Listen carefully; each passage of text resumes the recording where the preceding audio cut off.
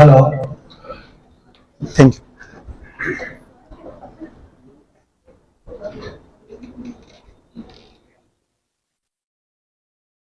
आज के योग दिवस पर आप सबका हार्दिक स्वागत है। इधर लिखा है योगा फॉर सोसाइटी।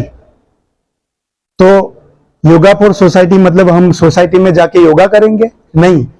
जिन लोगों को जो चीज की जरूरत है और हमारे पास जो है, सबके पास कुछ न कुछ है जो हम दूसरे को दे सकते हैं।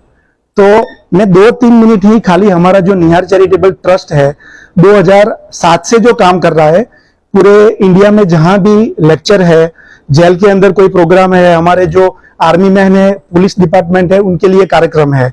और दूसरा अभी 2019 से मतलब ये छठा साल है कि जो डांग का फॉरेस्ट है उसमें कम से कम साल में 4 से 5 बार हमारी पूरी टीम 2 से 3 दिन वहां जाएगी। और जितने भी वहां पेशेंट है 150 से 200 एक दिन में, उनको देखने में कम से कम 6 घंटे लगते हैं। वो कार्यक्रम करेंगे, अभी हफ्ते के बाद भी जाएंगे।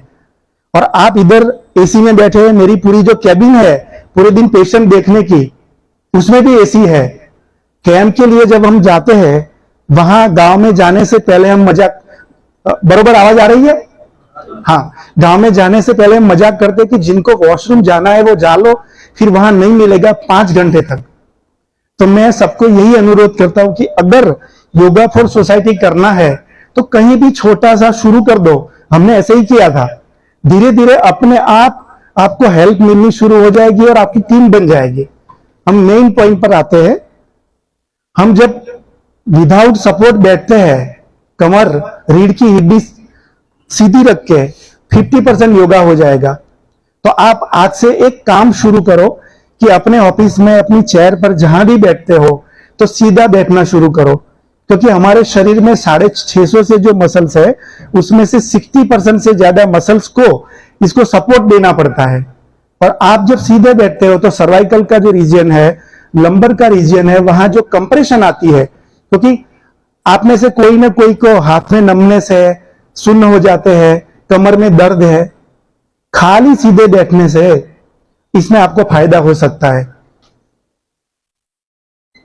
और हमारे जो योगा मास्टर है राकेश जी, वो आपको एक सिंपल एक्सरसाइज बताएंगे जो आप चेयर में बैठ के सुबह शाम जब भी आपको याद आए तो कर सकते हैं। इसको 30 सेकंड से शुरू करना है। जैसे हम हाथ कर ऊपर करिए। इसमें आपको ब्रीदिंग में कोई ध्यान नहीं देना है। और मेरी जो चैनल है उसमें इसकी एक्सरसाइज का वीडियो मिल जाएगा, तो चिंता नहीं करें। 30 सेकंड से लेके 1 मिनट करने की जरूरत नहीं, आप खाली देखो। ये कोई क्लास नहीं है, आराम से एंजॉय करो, खाली ऑब्जर्व करो। ब्रीदिंग नॉर्मल है। इसको खाली 30 सेकंड से शुरू करो, एक बार करने के बाद छोड़ दो। इसको छोड़ दे, 2 मिनट के बाद फिर से करें।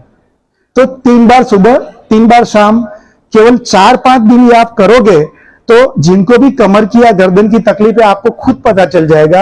ये कोई एक्सपेरिमेंट नहीं है, ये सेल्फ ट्रैक्शन है। क्योंकि हमारा पोस्चर अगर बरोबर नहीं है, भले सेंट्रल में है, सेंट्रल बैंक में, पर ये सेंट्रल वाला जो हमारा स्पाइनल कोड है वो लेवल में नहीं है, तो दिक्कत आ सकती है। और 3 शब्द है, हमारा जो मेन लोगो है, आदत, इतने विटामिन लिया। और अगर आपने 3-4 मिनट में आपका खाना पूरा कर लिया तो आपको कोई ज्यादा फायदा तो बाजू में रहा, नुकसान होगा। क्योंकि आप जब धीरे धीरे चबा के आराम से खाते हैं, आधा खाना मुंह के अंदर पचता है, बाकी का पेट के अंदर। अमाइलेज, लाइपेज, टाइलिन हमारे मुंह के अंदर जो है वो भोजन को पचाने का शुरू कर देते हैं। और जिनको डायबिटीज है वो भी समझ ले कि मुंह के अंदर की जो लार है, सलाइवा, वो सलाइवा इंसुलिन का ही काम करती है। तो केवल धीरे खाने से अगर आपको इतना फायदा है, इसमें व्यायाम तो नहीं है ना, ये एक प्रकार का योग ही है। आप सीधे बैठते हो, आराम से धीरे धीरे चबा के खाते हो। और सबसे महत्व का, अभी रेनी सीजन आ रही है, हमारी जो इंटेस्टाइन है, हमारा जो डाइजेस्टिव सिस्टम है वो स्लो चलेगा, हमें कम भूख लगेगी। पर 10:30 का बैंक का टाइम है, घड़ी में देख के नाश्ता कर लिया, खा लिया। ये जो बायोलॉजिकल क्लॉक है, हमारे अंदर का जो ब्रह्मांड है, हमारे पेट के अंदर की जो घड़ी है, उसके साथ चलो। आपको जब भूख लगती है तब खाओ, या भूख नहीं लगती है और आपको खाना ही है तो कम खाना शुरू करो। आप उपवास तो करोगे, पर उपवास में भी इधर गुजरात में पूरे इंडिया के जितने भी स्टेट है उसका खाना मिलता है। आप पंजाब में जाओगे तो पंजाबी मिलेगा, आप कहीं साउथ में जाओगे तो ज्यादातर साउथ इंडियन डिशेस मिलेगी, इधर सब कुछ मिलेगा। तो इधर कोई आएगा तो अगर ध्यान नहीं रखा तो बीमार हो जाएगा। तो इतना समझ ले कि हमारे शरीर को उपवास जब करते हैं तो बफड़ा या फराली पिज्जा की जरूरत नहीं है। इधर गुजरात के लोगों ने वो भी बना दिए है, पर हमारे शरीर के साथ अगर हम मजाक करेंगे तो जैसे ही 4 महीने का 4.5 महीने का चातुर्मास पूरा होगा तो वजन कम होने के बदले बढ़ता है। तो उपवास का सही मतलब क्या है? ध्यान के लिए सर आए, उनको पता है। उपवास का मतलब है परमात्मा के साथ रहना, कुदरत के समीप में रहना। जो लोग 11 करते हैं, गुजराती में 11, तो उस दिन अगले दिन 11 की शुरुआत होती है और दूसरे दिन पूरी होती है। उस दिन हम सो भी नहीं सकते, दिन में आराम भी नहीं कर सकते। उपवास का सही मतलब है हमारा मन, पेट में अगर हमने गरिष्ठ खाना नहीं दिया, भारी भोजन नहीं दिया, तो हमारी पूरी सिस्टम जो ज्यादा खून डाइजेशन के लिए ले जाती है, वो पूरा काम ऊपर की ओर चढ़ेगा। तो आपका ब्रेन में उसको सही ढंग में ज्यादा ऑक्सीजन, ज्यादा प्राण तत्व मिलेगा। उस दिन आप ध्यान कर सकते हो, जो भी आपका धर्म है उसमें डीप में जा सकते हो। अभी समझो कि आज किसी को लगा कि हम योगा शुरू कर दे और आपने नीचे पलाठी या आलती बाल्टी लगा के बैठेंगे, तो इसमें आधे से ज्यादा लोग ऐसे हैं कि 5 मिनट से ज्यादा नीचे नहीं बैठते हैं। तो क्या होगा? आपको नीचे बैठने की प्रैक्टिस करने में कम से कम 7 से 8 दिन लगेंगे।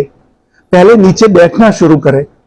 आप पहले यह तय करें कि योगा करना है कि आपके शरीर को फायदा देना है। आप जिम में जाओ, आसन करो।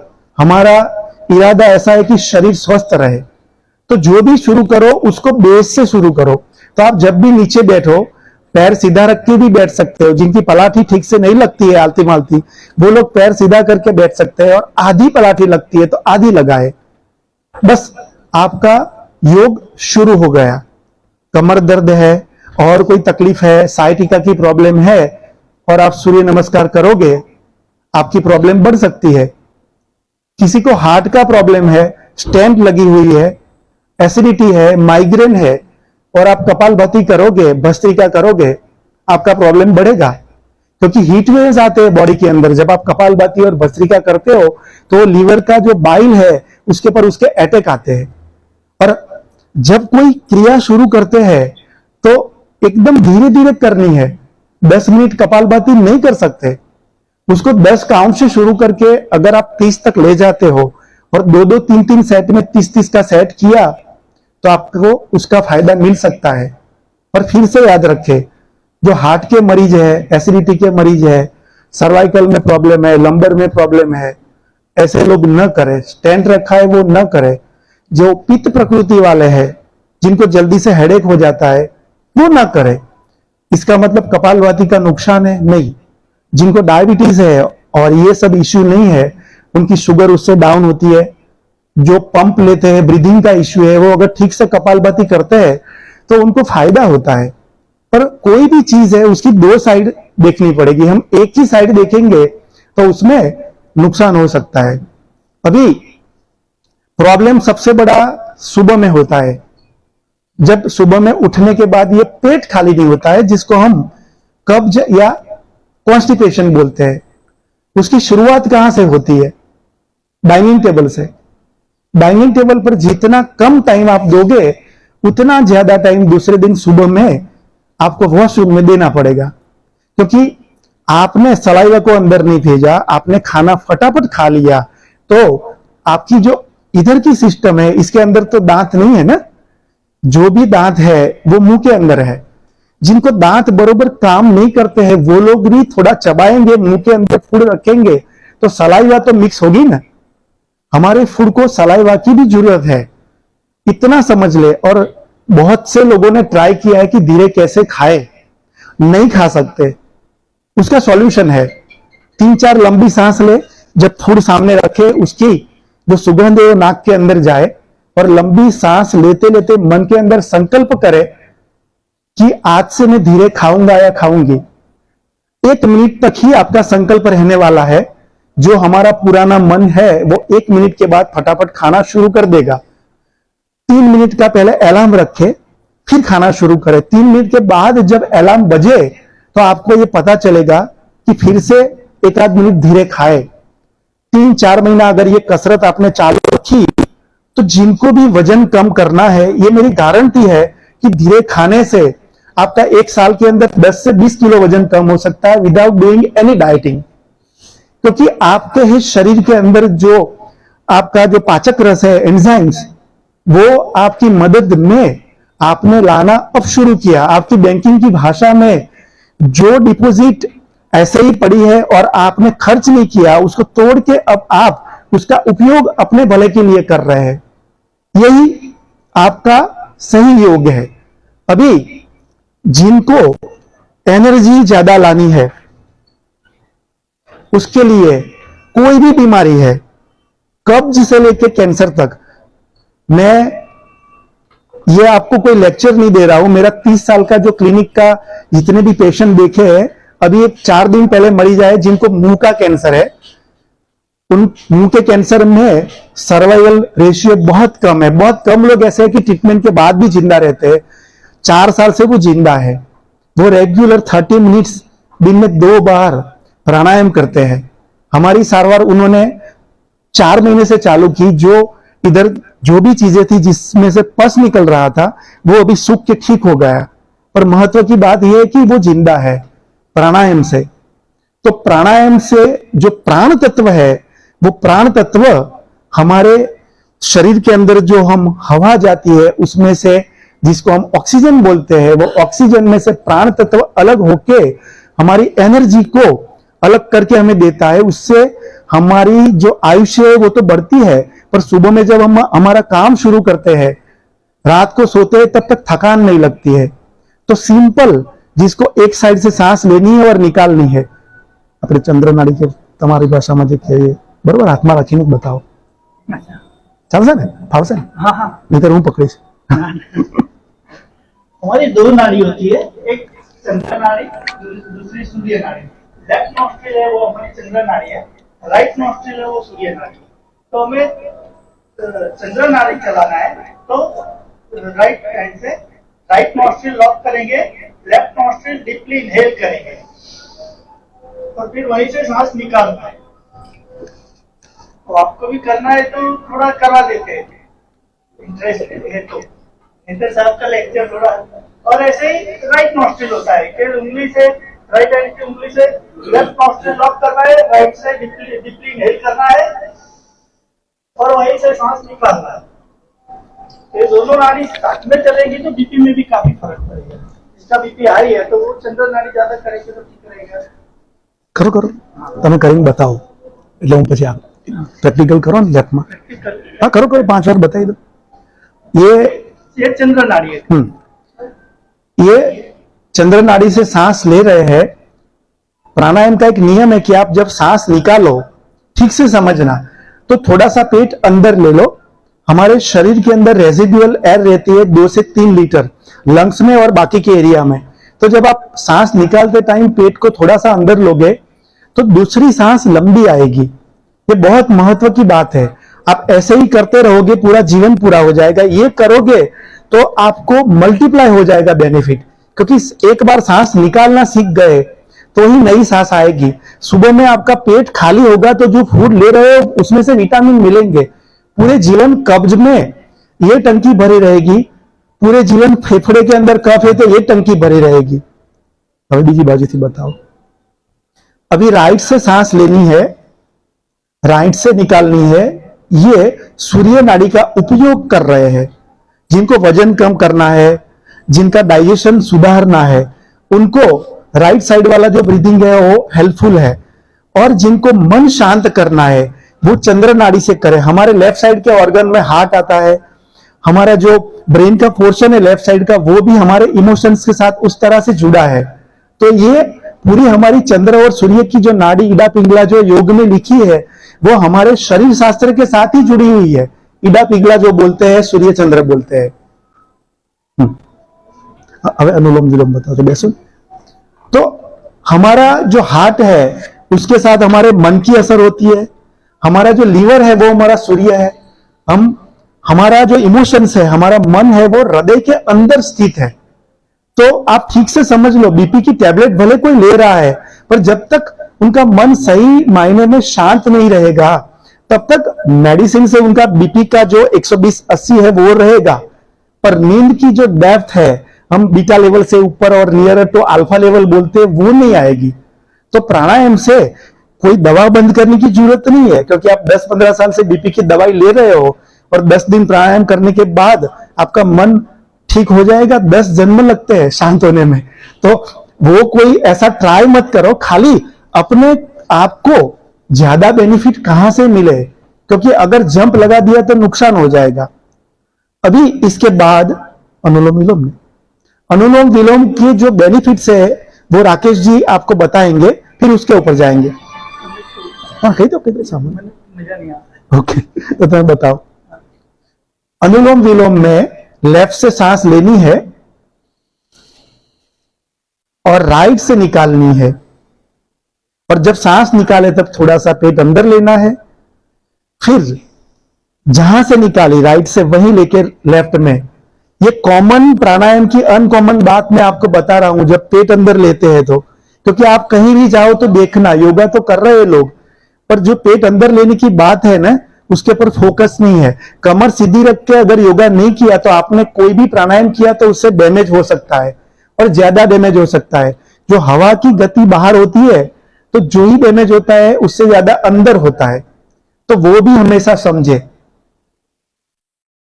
अनुलोम विलोम सिंपल जो ब्रीदिंग है वो एक ब्रीदिंग है अपनी चेस्ट ब्रीदिंग बराबर।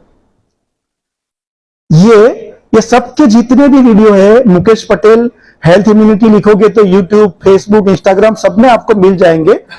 तो याद रखने की चिंता मत करें, चेस्ट पर हाथ रख के आराम से सांस लेनी है, सांस निकालनी है। 3 to 10 काउंट्स। आज 3 से शुरू करते हैं, धीरे धीरे 2-2 दिन में एक काउंट बढ़ाना है। इसका फायदा क्या है? हमारे नाभि से ऊपर का शरीर है उसको मेडिकली बोलते हैं अपर एक्सट्रीमिटी। तो हमारा जो हार्ट है, ब्रेन है और फेफड़े है, फेफड़े को भी ठीक ढंग से अपना प्राणायाम चाहिए। ये अपर एक्सट्रीमिटी का बेनिफिट आपको मिलेगा। तो जिन लोगों को मेमोरी लॉस है, छोटी छोटी बातें भूल जाते हैं, after the age of 50 age related atrophy शुरू हो जाती है। ब्रेन के जो सेल्स है उसकी जो फंक्शन है वो पुअर हो जाती है।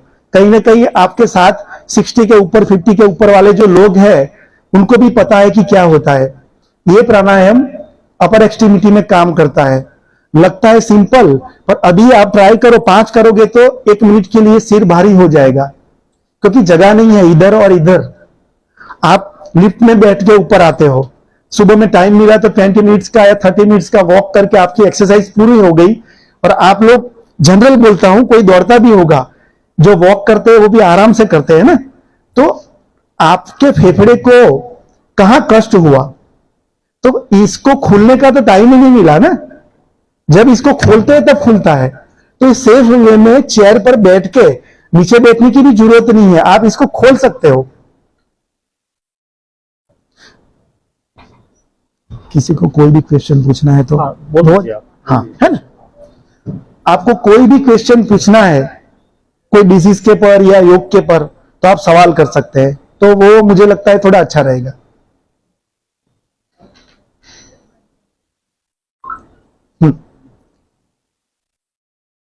नॉर्मली ये देखा जाता है कि योगा बड़े आराम से किया जाता है, लेकिन कई बार ऐसा होता है कि समय कमी है, तो अगर 15-20 मिनट में हमें उसे कंप्लीट करना है तो जैसे सूर्य नमस्कार है वो तेज गति से कर सकते हैं, या प्राणायाम जल्दी जल्दी कर सकते हैं। वेरी गुड, बहुत बढ़िया सवाल है कि आपके पास 20 मिनट है और आपको प्राणायाम भी करना है और कुछ ऐसा आसन से फायदा भी लेना है। तो सूर्य नमस्कार में ऐसा है कि 30 सेकंड में उसको एक करे तो आप 10 सूर्य नमस्कार 5 मिनट में कर सकते हैं विथ ब्रीदिंग। बताइए सकते कि चाल से बताओ, ब्रीदिंग के साथ आप डेमो भी देख लो। तो क्या 30 सेकंड में एक सूर्य नमस्कार होता है। जो ट्रेडिशनल सूर्य नमस्कार से 12 स्टेप्स है, पहले में नॉर्मल आता है, मंत्र आता है, फिर शुरू होता है, बाकी तो 20 वाला भी है।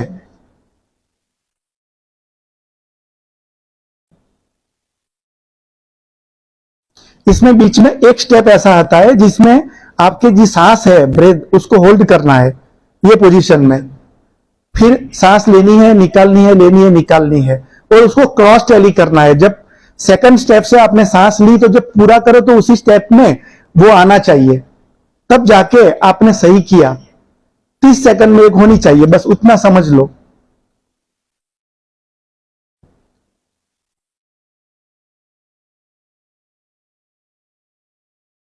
Thank you. तो सूर्य नमस्कार के फायदे क्या है? जयपुर के महारानी जी गायत्री देवी 94 इयर्स तक जिंदा रहे। वो रोज के केवल 16 सूर्य नमस्कार करते थे और मैंने आर्टिकल में पढ़ा था कि उनकी डेथ हुई तब तक इधर रिंकल्स नहीं थे, क्योंकि रोज के 16 हुए तो काउंट कर लो, साल के 6000 हो गए। हम कोई चीज रेगुलरली रोज नहीं करते हैं, अगर रोज करते हैं तो फायदा होगा। आपका जो क्वेश्चन था प्राणायाम का, तो प्राणायाम में जल्दी जल्दी नहीं कर सकते, पर रिदमिक अगर करेंगे तो पूरा बेनिफिट मिलेगा। जैसे अनुलोम विलोम किया, चेस्ट ब्रीदिंग किया, एब्डोमिनल ब्रीदिंग किया, बस तो ये तीनों 10 मिनट में हो जाएंगे। 100% बेनिफिट हो गया। 5 मिनट आपके हो गए सूर्य नमस्कार में।